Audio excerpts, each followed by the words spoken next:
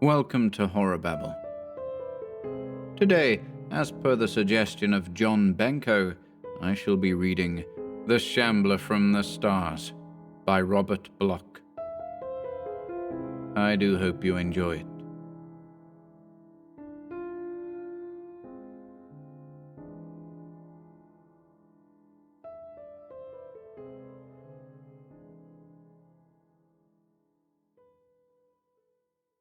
The Shambler from the Stars by Robert Bloch. 1.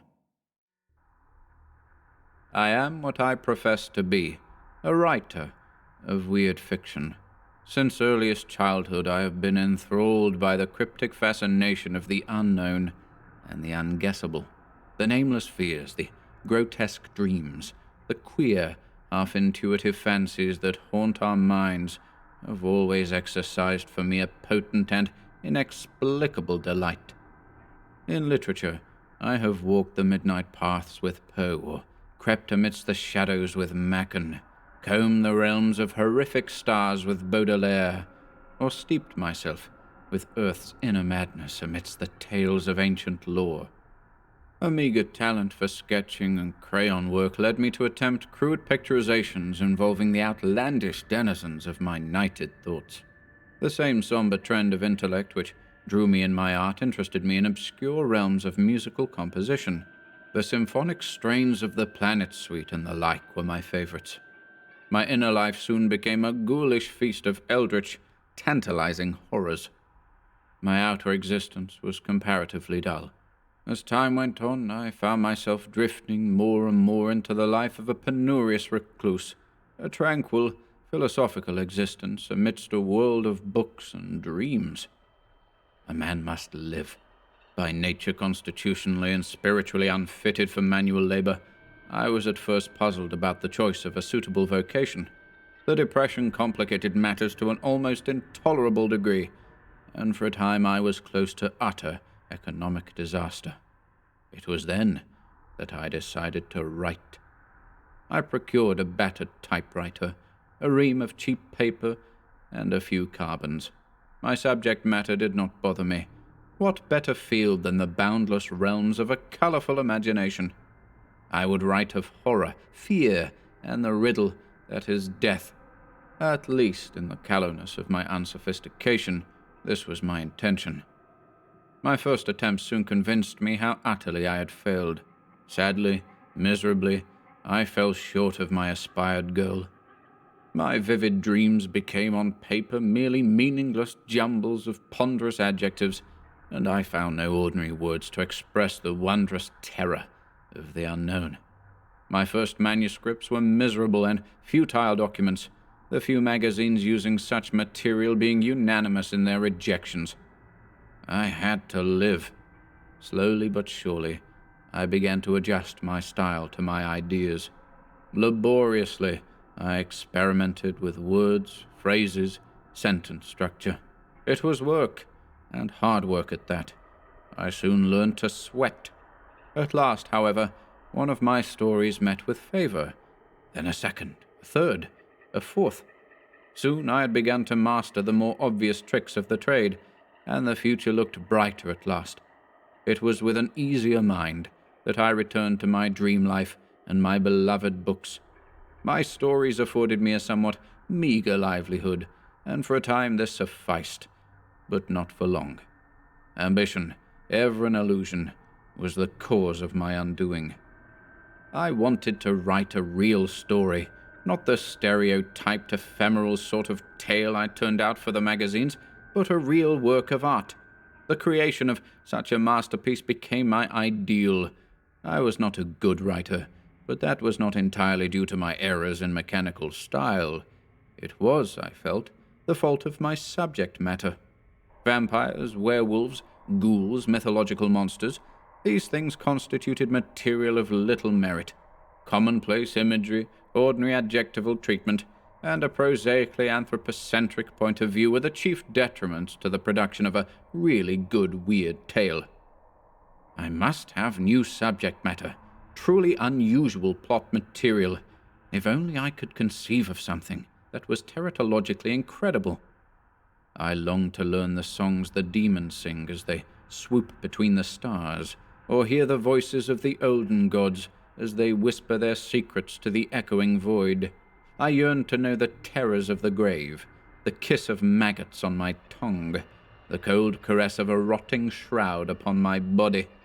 I thirsted for the knowledge that lies in the pits of mummied eyes, and burned for wisdom known only to the worm.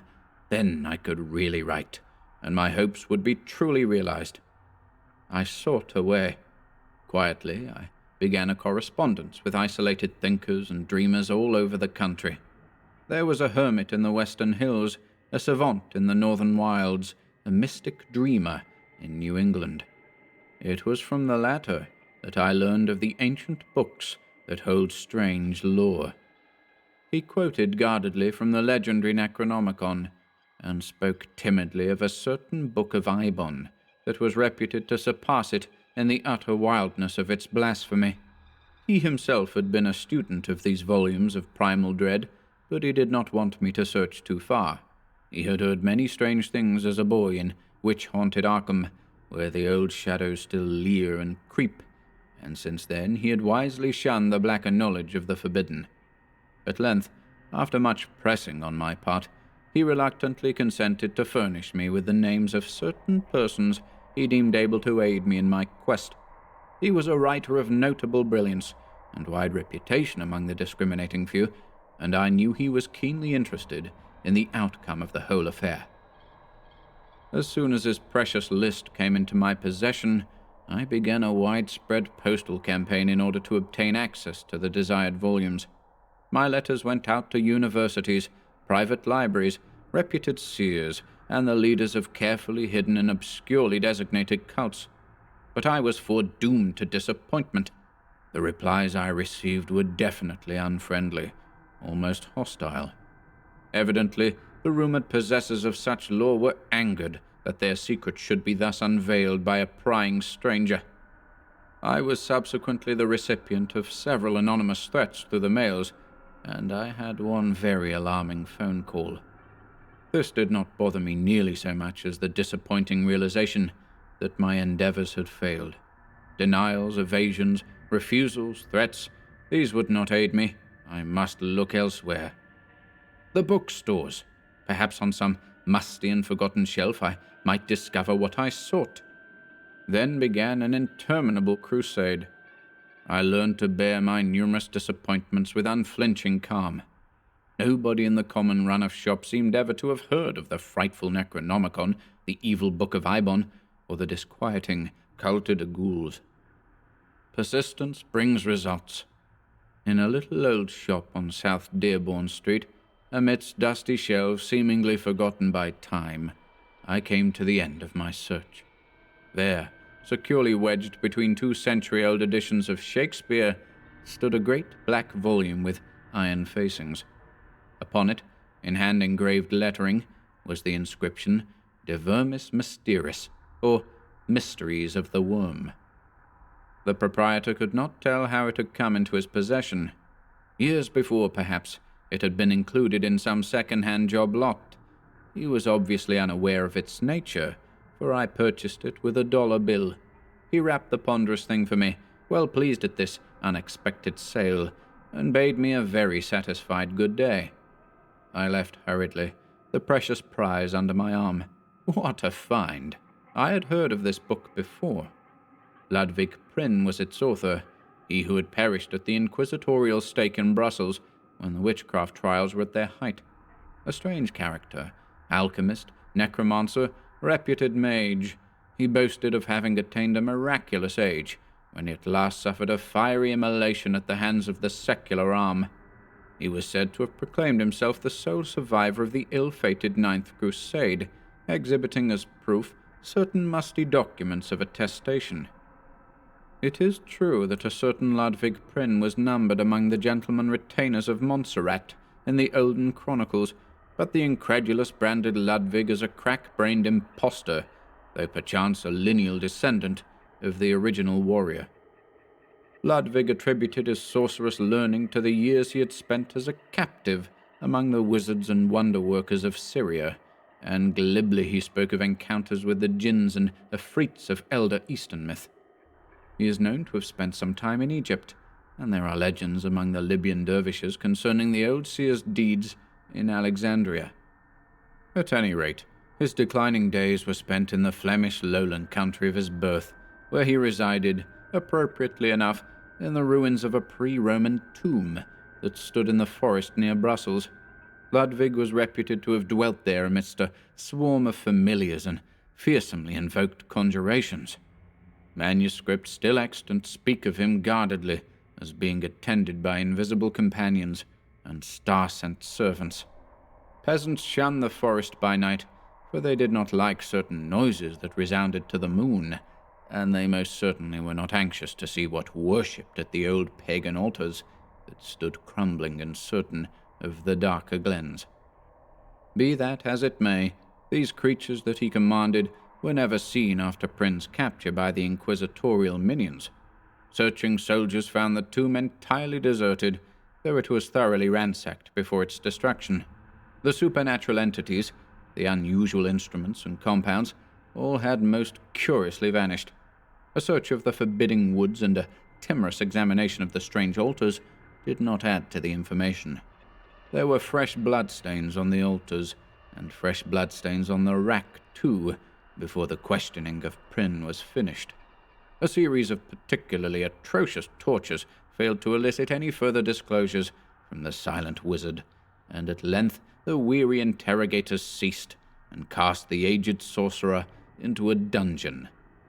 It was in prison, while awaiting trial, that he penned the morbid, horror-hinting lines of De Vermis Mysteriis, known today as Mysteries of the Worm. How it was ever smuggled through the alert guards is a mystery in itself, but a year after his death it saw print in Cologne. It was immediately suppressed, but a few copies had already been privately distributed. These in turn were transcribed, and although there was a later censored and deleted printing, only the Latin original is accepted as genuine. Throughout the centuries, a few of the elect have read and pondered on its lore. The secrets of the old archimage are known today only to the initiated, and they discourage all attempts to spread their fame for certain very definite reasons. This, in brief, was what I knew of the volume's history at the time it came into my possession. As a collector's item alone, the book was a phenomenal find, but on its contents I could pass no judgment. It was in Latin. Since I can speak or translate only a few words of that learned tongue, I was confronted by a barrier as soon as I opened the musty pages. It was maddening to have such a treasure trove of dark knowledge at my command, and yet lack the key to its unearthing. For a moment I despaired, since I was unwilling to approach any local classical or Latin scholar in connection with so hideous and blasphemous a text. Then came an inspiration. Why not take it east and seek the aid of my friend? He was a student of the classics, and would be less likely to be shocked by the horrors of Prin's baleful revelations. Accordingly, I addressed a hasty letter to him, and shortly thereafter received my reply. He would be glad to assist me. I must by all means come at once.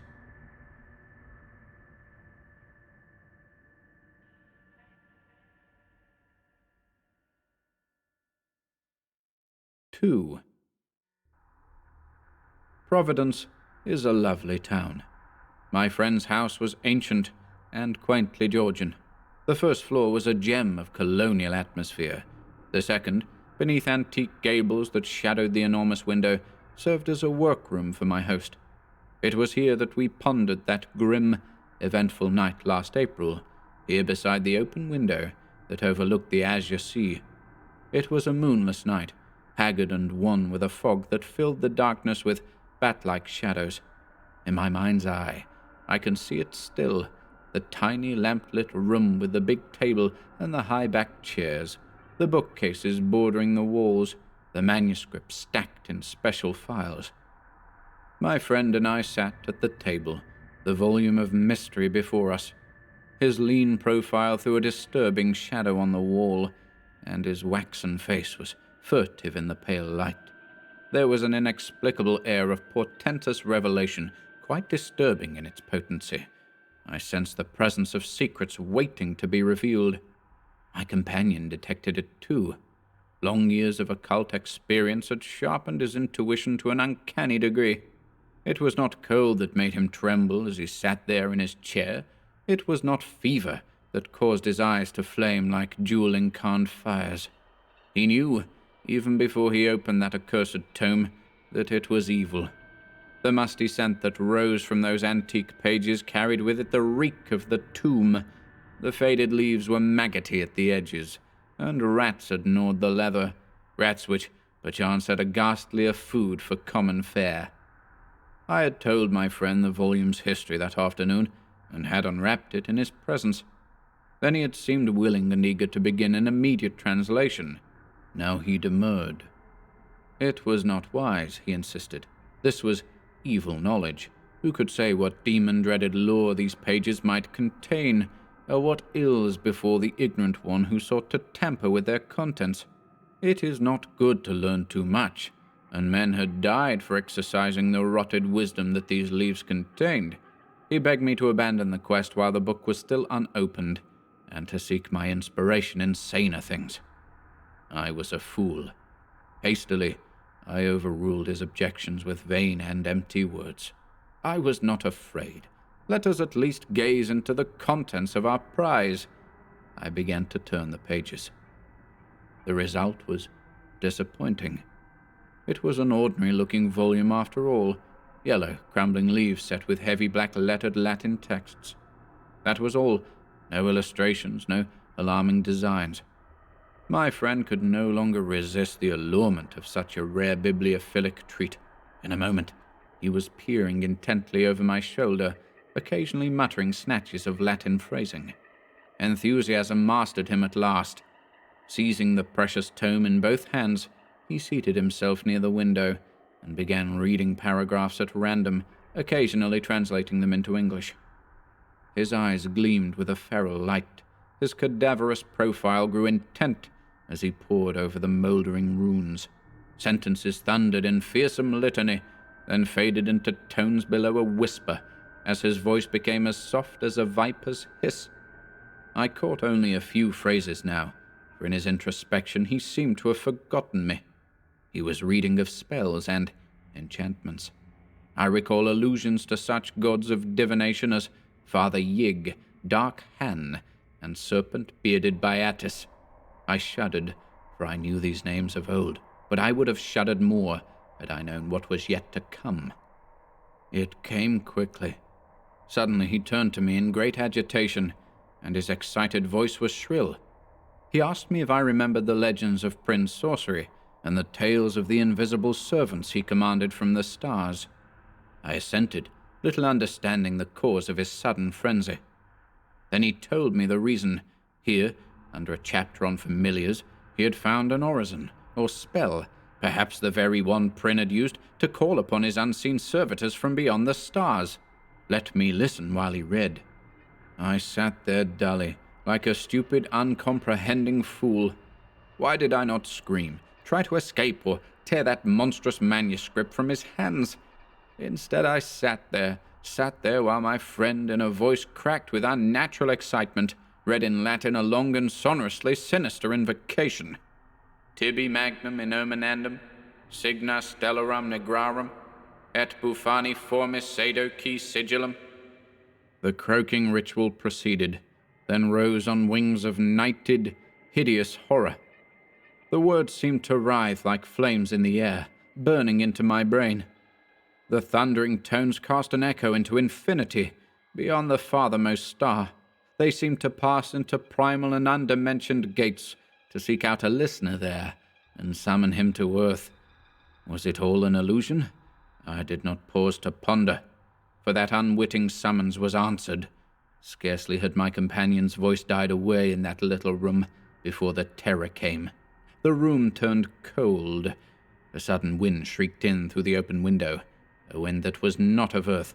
It bore an evil bleating from afar, and at the sound my friend's face became a pale white mask of newly awakened fear. Then There was a crunching at the walls, and the window ledge buckled before my staring eyes. From out of the nothingness beyond that opening came a sudden burst of lubricious laughter, a hysterical cackling born of utter madness. It rose to the grinning quintessence of all horror, without mouth to give it birth. The rest happened with startling swiftness. All at once my friend began to scream as he stood by the window, scream and claw wildly at empty air. In the lamplight I saw his features contort into a grimace of insane agony. A moment later, his body rose unsupported from the floor and began to bend outward to a back-breaking degree. A second later came the sickening grind of broken bones. His form now hung in mid-air, the eyes glazed and the hands clutching convulsively, as if at something unseen. Once again, there came the sound of maniacal tittering, but this time it came from within the room. The stars rocked in red anguish. The cold wind gibbered in my ears. I crouched in my chair, with my eyes riveted on that astounding scene in the corner. My friend was shrieking now. His screams blended with that gleeful, atrocious laughter from the empty air. His sagging body, dangling in space, bent backward once again as blood spurted from the torn neck, spraying like a ruby fountain. That blood never reached the floor. It stopped in mid-air as the laughter ceased, and a loathsome sucking noise took its place. With a new and accelerated horror, I realized that the blood was being drained to feed the invisible entity from beyond. What creature of space had been so suddenly and unwittingly invoked? What was that vampiric monstrosity I could not see? Even now, a hideous metamorphosis was taking place. The body of my companion became shrunken, wizened, lifeless. At length it dropped to the floor, and lay nauseatingly still. But in mid-air, another and a ghastlier change occurred. A reddish glow filled the corner by the window, a bloody glow. Slowly but surely, the dim outlines of a presence came into view, the blood-filled outlines of that unseen Shambler from the stars. It was red and dripping, an immensity of pulsing, moving jelly, a scarlet blob with myriad tentacular trunks that waved and waved. There were suckers on the tips of the appendages, and these were opening and closing with ghoulish lust. The thing was bloated and obscene, a headless, faceless, eyeless bulk with the ravenous maw and titanic talons of a star-born monster. The human blood on which it had fed revealed the hitherto invisible outlines of the feaster. It was not a sight for sane eyes to see. Fortunately for my reason, the creature did not linger. Spurning the dead and flabby corpse-like thing on the floor, it purposely seized the opening. There it disappeared, and I heard its far-off derisive laughter floating on the wings of the wind as it receded into the gulfs from whence it had come. That was all. I was left alone in the room with the limp and lifeless body at my feet. The book was gone, but there were bloody prints upon the wall, bloody swathes upon the floor, and the face of my poor friend was a bloody death's head, leering up at the stars. For a long time I sat alone in silence before I set to fire that room and all it contained. After that I went away, laughing, for I knew that the blaze would eradicate all trace of what remained. I had arrived only that afternoon, and there was none who knew, and none to see me go, for I departed ere the glowing flames were detected. I stumbled for hours through the twisted streets, and quaked with renewed and idiotic laughter as I looked up at the burning, ever-gloating stars that eyed me furtively through wreaths of haunted fog. After a long while, I became calm enough to board a train. I have been calm throughout the long journey home, and calm throughout the penning of this screed. I was even calm when I read of my friend's curious accidental death in the fire that destroyed his dwelling. It is only at nights, when the stars gleam, that dreams return to drive me into a gigantic maze of frantic fears. Then I take to drugs, in a vain attempt to ban those leering memories from my sleep. But I really do not care, for I shall not be here long. I have a curious suspicion that I shall again see that Shambler from the stars. I think it will return soon without being resummoned, and I know that when it comes, it will seek me out and carry me down into the darkness that holds my friend. Sometimes I almost yearn for the advent of that day, for then I shall learn once and for all the mysteries of the worm.